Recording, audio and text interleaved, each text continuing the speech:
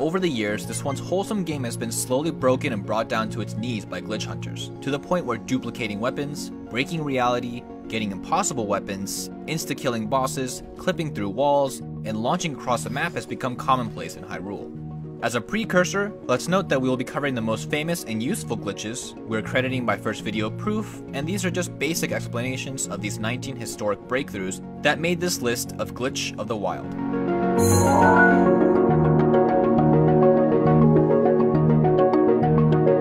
If you enjoy content like this, let us know by hitting that subscribe button, as the community and I put a lot of work to make this happen for you. With that said, let's take a time machine back to Breath of the Wild's humble beginnings.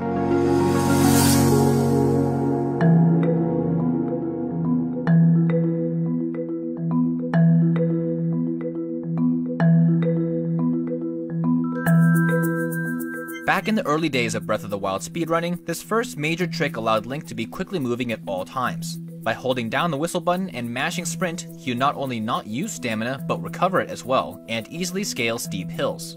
There were whispers that whistle sprinting was possible on the day of the game's release, with the first video footage being posted the very next day. This, as well as a less consistent but quieter throw sprinting, which was also discovered on the game's release day, are still used to this day in both speedrunning and casual play.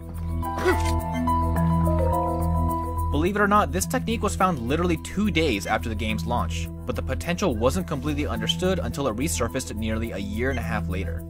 Shield clipping completely changed the game with its flexibility and ease of use. By bonking your shield on an angled surface, Link's position is saved at that angle, and he will pivot harshly back when he unequips his shield again. Doing this shield bonk during bullet time also led to the discovery of skew bouncing, which made aggressive skews that launched Link upwards for easy bullet time in combat. This concept led to many massive speedrunning discoveries, including skipping all sorts of shrines and skipping Trial of the Sword entirely, and it has been in use ever since. The base idea for stasis launching was technically performed as early as July 9th, 2016, in a Breath of the Wild demo before the game's launch, but it officially made its way into mainstream speedrunning within the first several days of Breath of the Wild's launch. By spin attacking a stasis object, then grabbing it or hitting yourself with it midair, this launched Link at high speeds. While people argue that it is just physics manipulation and not actually a glitch, what matters is it paved the way for a multitude of general launching techniques that would evolve over the years. This advanced technique was found literally 1 week after the release of Breath of the Wild, but was also written off as something useful in speedruns because it needed the Hylian shield. Over a year later, user Yuda repurposed it for something else entirely: combat. By hitting your shield while jumping without breaking it, it would knock you upwards and allow a second jump, giving you enough height for bullet time. It's amazing to see a move that was initially ignored become one of the most useful combat techniques ever created.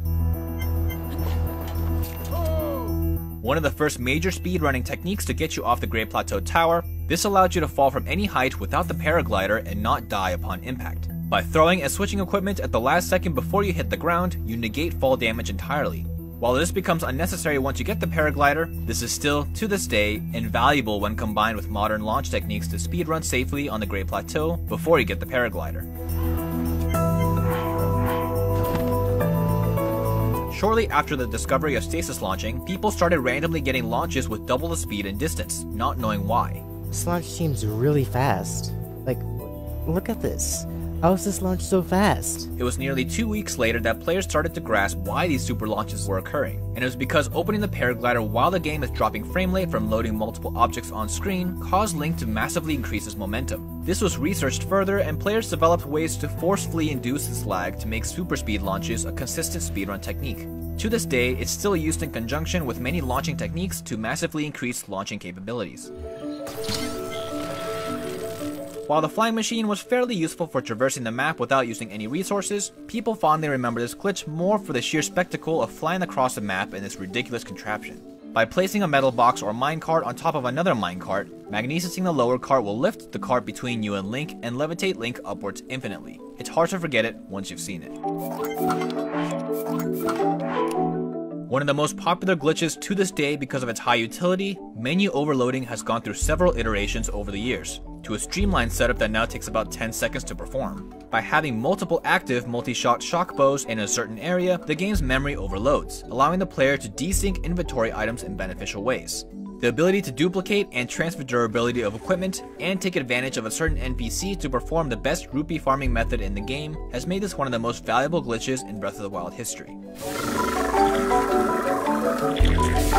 There weren't many huge combat discoveries in the game's first year, but one of the bigger exploits at the time was the bow spin. By pressing attack and bow shot while spinning a heavy weapon, it would place the active weapon on your back but the bow in your hands. It was initially passed off as a gimmick until I found its secret combat effects with Great Frost Blades and Great Thunder Blades to perform ice and thunder chaining.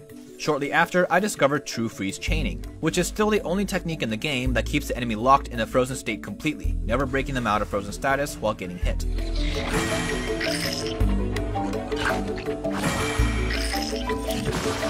Arguably the most iconic combat trick to this day, Daruk's perfect parry allows a user to use Daruk's protection infinitely over and over. But in order to initiate this trick, you must release CL within 2 frames of the attack or bomb striking Link, making this move not just efficient for combat, but also a show of high skill to perform this timing specific trick. This technique's versatility got only more and more advanced as time went on, with the addition of perfect Daruk rushes, quick rushes, Daruk's launch, and landing Daruk rushes.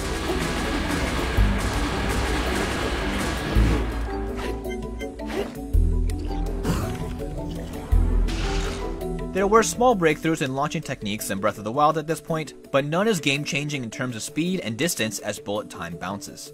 While it was initially shown off as early as August 2018, it didn't find an audience until another user posted it to Twitter and went viral. By striking an enemy with your shield to make them ragdoll while you're in bullet time, Link was propelled at unreal speeds, with capabilities even surpassing super launches. Setups improved as time went on, and this became one of the most common ways to navigate the world during speedruns.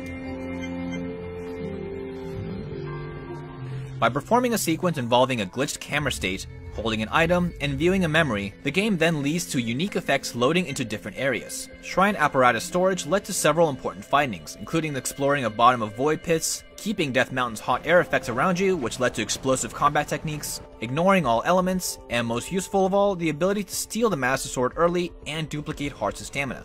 Perfect for the completionist who wanted a full row of hearts and stamina. Another version of this iconic glitch was technically seen as early as 4 months after the game's release, with the finding of the world reset glitch, but was quickly patched. It then resurfaced years later when a player wanted to take pictures with the Guardian and then accidentally refound the glitch by pushing it to strange places. Breath of the Wild's map is broken up into a grid system, and by pushing a dynamic object 2 grid spaces over, the Guardian would then spawn endless Guardian parts. This led to the best way to farm ancient materials in the game. Moon jumping brought both entertainment and speedrunning value, giving players freedom to jump to any height and go anywhere they please. Mounting a wild horse while you owned a horse during the mounted archery minigame caused Link to be stuck in this moon jump state. This shortly after brought the discovery of wrong warping to Breath of the Wild, allowing Link to spawn in certain predetermined locations, including brand new areas he's never explored before, as well as out of bounds. Out of all the discoveries in Breath of the Wild, Wind Bombs, also known as bomb impact launches, is arguably one of the most important ever found.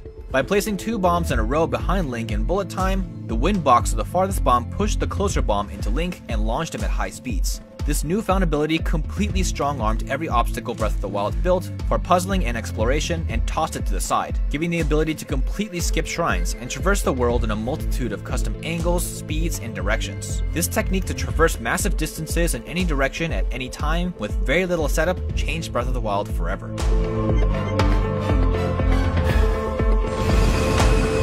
Ways to insta-kill bosses have always been sought after for glitch hunters, and on November 9th, 2019, the exploit to completely skip Windblight or Calamity Ganon were found. By firing an arrow before entering an introduction cutscene, the invisible suspended arrow did live continuous damage through the cutscene, making the boss dead on arrival.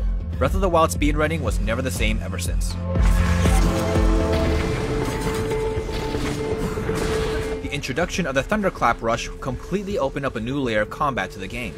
By pressing attack and bow shot while in midair, this would force the game to initiate bullet time and flurry rushes back to back.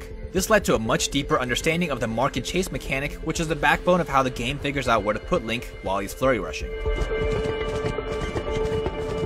If there's anything we've seen so far that screams glitch, this would take the cake.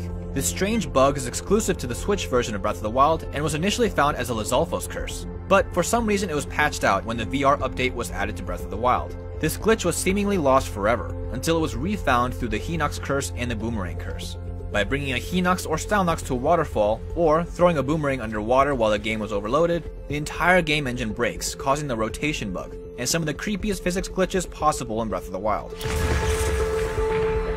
Finally, what many have considered as the most difficult, complex, and most rewarding glitch in recent discovery is the memory storage glitch. By performing a complex frame-perfect menu glitch, this allows Link to play a brand new file while you have a memory stored. By then completing the new game without ever dying because the game will not save, this allows Link to duplicate Colosseum enemies, obtain the unattainable Bow of Light, skip the Great Plateau, obtain 80,000 arrows, and more.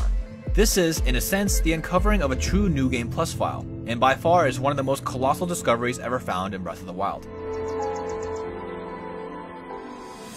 And that brings us to today. This game has been completely transformed over the past 4 years, and although this may seem like quite a few discoveries, the actual list of glitches easily goes into the thousands, and will continue to climb as people keep pushing Breath of the Wild.